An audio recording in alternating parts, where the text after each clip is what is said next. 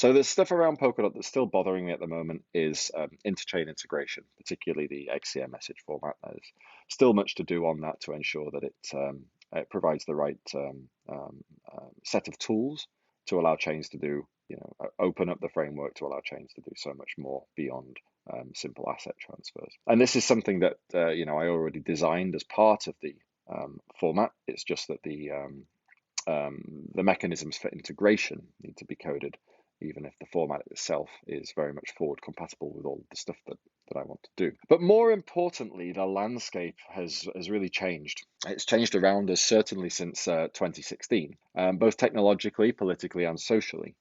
It's a very different world. We're on the brink of major regulation, which at once, it respects that true peer-to-peer software, together with its general operators, developers, are sort of protected, but it does dramatically reduce the threshold for what constitutes service provision in the space, and it does dramatically increase the requirements placed upon those operators. And what this means is that true decentralization is ever more important, not just to Polkadot, but to all networks out there. It's not any longer good enough to decentralize only part of a network's operations. All services, not just blockchain building, must be done by permissionless generic keepers. And if we ignore this, then we face existential risk. So relying on centralized or federated ecosystem service providers for stuff like RPCs and boot nodes results in fundamental security issues for the network.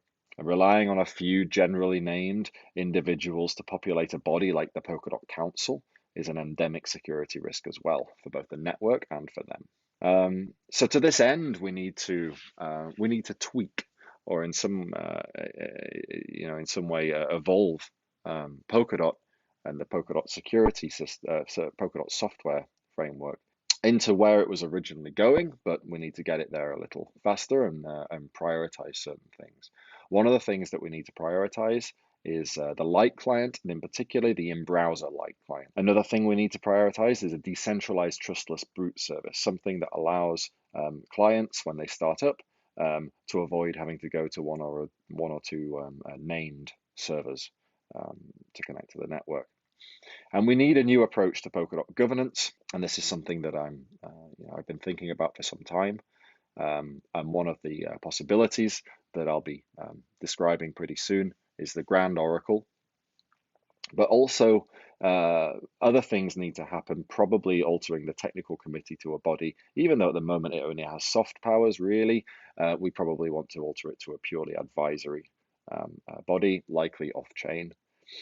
And we'll probably also need to alter the adaptive quorum biasing voting system to allow for extraordinary scheduling and fast tracking to avoid relying on the council. Now, these were things that sort of were planned in my mind, at least long term. But I think owing to some of the changing environment that Polkadot finds itself in, things that will need to be addressed sooner rather than later.